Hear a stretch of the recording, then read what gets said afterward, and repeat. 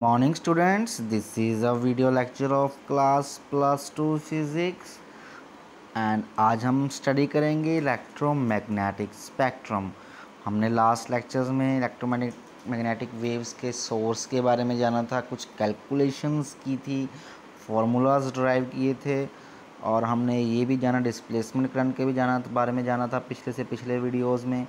तो आज हम थोड़ा सा इलेक्ट्रोमैग्नेटिक स्पेक्ट्रम के बारे में बात करेंगे जो कि लास्ट टॉपिक है हमारे इस चैप्टर का, क्योंकि हमको पता है इलेक्ट्रोमैग्नेटिक वेव्स चैप्टर बहुत ही स्मॉल है, छोटा सा। इसमें से प्रॉपर्टीज़, मोस्टली प्रॉपर्टीज़ के ऊपर क्वेश्चन पूछे जाते हैं और प्रॉपर्टीज़ भी आज पढ़ेंगे। तो आज ध्यान से इसे स्टडी कीजिएगा, इसको अपने याद ही रखना है, किसी ना किसी तरीके से याद रख सकते हैं। ठीक है, तो चलिए शुरू करते हैं और प्रैक्टिकल फाइल सबमिट करा दिया करें ताकि आपको मार्क्स लग सकें ऐसे वन के। ठीक है, तो चलिए इलेक्ट्रोमैग्नेटिक स्पेक्ट्रम। ठीक है, इलेक्ट्रोमैग्नेटिक की आपको पता लग चुका है अब तक कि जब ओसिलेट करती है इलेक्ट्रिक फील्ड और मैग्नेटिक फील्ड, ठीक है ना, in the direction of propagation में, जब electric and magnetic field oscillate करती है आपस में perpendicularly in the direction of propagation of wave के साथ, तो तब क्या बनती है, इलेक्ट्रोमैग्नेटिक वेव बनती है। ये आपको क्लियर है।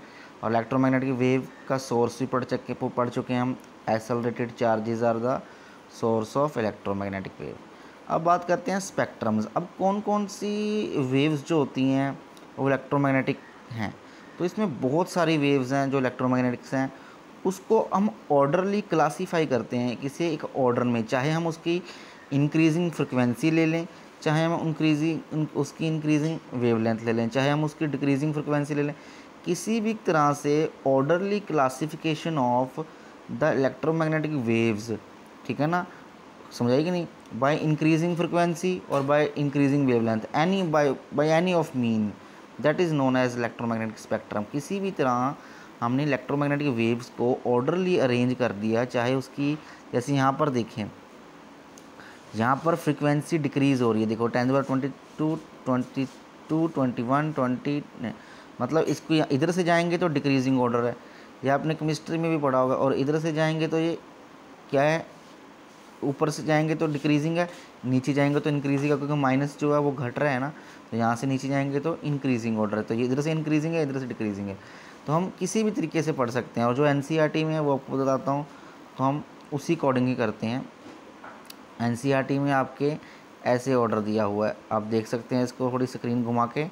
ठीक है, तो अगर स्क्रीन घुमा के बात करेंगे इसमें, तो आपके सामने जो जो पिक्चर आ रही है, ठीक है, तो इसमें सबसे पहले गामा रेज़ के बारे में बताया गया है। गामा रेज़ क्या होती है, इसमें लिया गया है सबसे पहले, ऐसे देखो, ये देखो, अब कौन कौन सी रेज़ को ऐसे असाइन किया गया, gamma rays, X rays, ultraviolet rays, visible rays, infrared, microwaves, radio waves. ये सारी वेव्स जो हैं इलेक्ट्रोमैग्नेटिक के अंदर आती हैं। क्लियर है, सारी इलेक्ट्रोमैग्नेटिक वेव्स हैं और किसी ना किसी इसका यूज़ होता है हमारे डेली लाइफ में। क्लियर है, तो देखिए गामा रेज़ जो है, इसमें देखो 10⁻13, यहाँ पर 10⁻10 तक, मतलब ये इंक्रीजिंग वेवलेंथ के अकॉर्डिंग है। वेवलेंथ जब जो ऐसे जाएंगे नीचे, इसकी वेवलेंथ तो पता है ना आपको, वेव की लेंथ, एक वेव की 1 मीटर में कितनी वेव है, उसकी वेव की लेंथ, ठीक है ना, उसे कहते हैं, दैट इज़ वेवलेंथ। क्लियर है, तो इसमें ये बताया गया है कि ये जो वेव है, ये सबसे ज़्यादा जो वेवलेंथ किसकी होती है, जी हाँ, गामा रेज।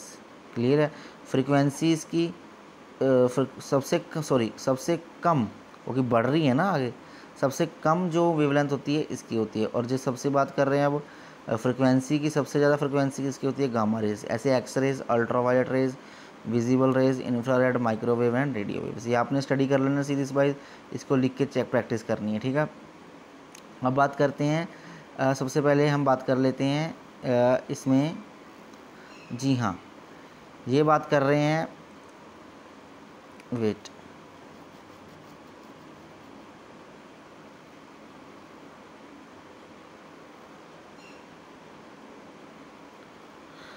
यस, हाँ, यहाँ से विजिबल रेज से बात करते हैं। It forms a very narrow part of electromagnetic waves. हमें पता है जो विजिबल रीजन है वो बहुत ही छोटा पार्ट है, इसकी बहुत रेंज छोटी होती है।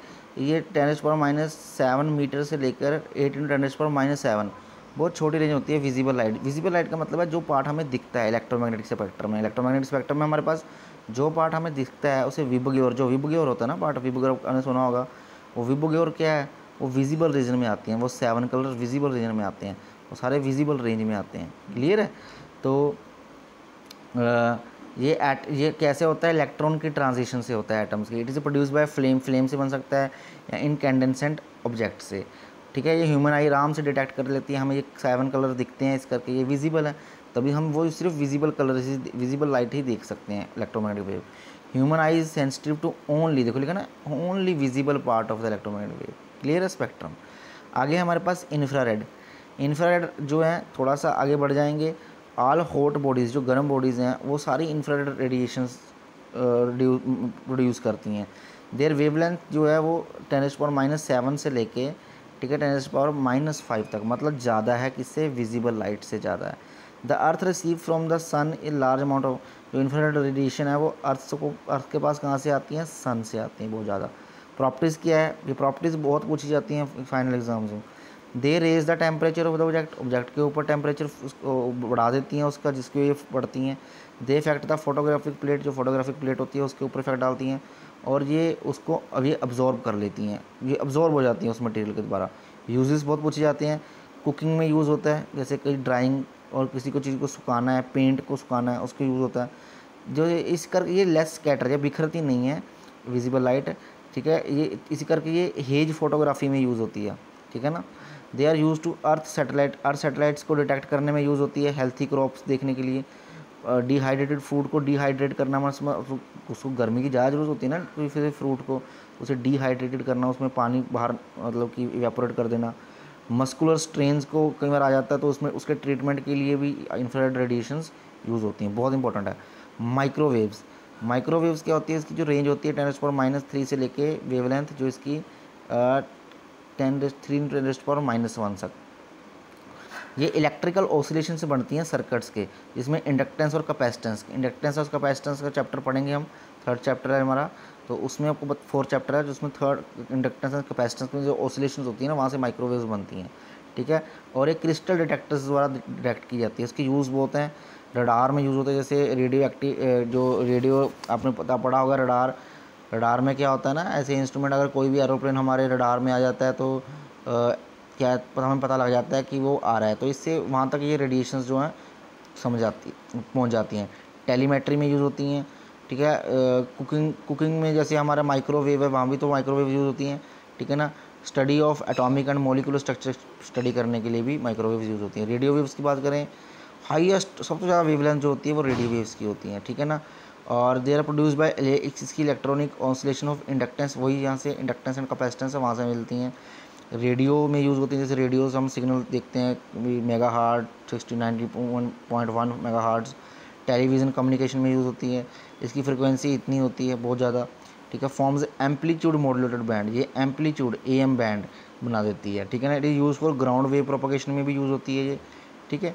So these are the uses of these electromagnetic waves. Clear है, इसकी प्रॉपर्टीज़ हैं, ठीक है, आपने ये स्टडी कर लेनी है, बस ये प्रॉपर्टीज़ ही हैं इसकी इंपॉर्टेंट इसमें, ठीक है। ये फाइनल एग्ज़ाम्स में पूछी जाती हैं प्रॉपर्टीज़ वगैरह। और आज के लेक्चर में इतना ही था, और हमारा चैप्टर जो है 4 यानी कि 5th चैप्टर यूनिट है वो कंप्लीट हो चुका है स्टूडेंट्स आज, ठीक है। सो ये थ्योरेटिकल चैप्टर था, मोस्टली इसमें यही पढ़ना आपने, और इसके रिगार्डिंग आपको क्वेश्चन पूछे जाएंगे। कोई डाउट है आप मुझे पूछ सकते हैं, ठीक है। Thank you.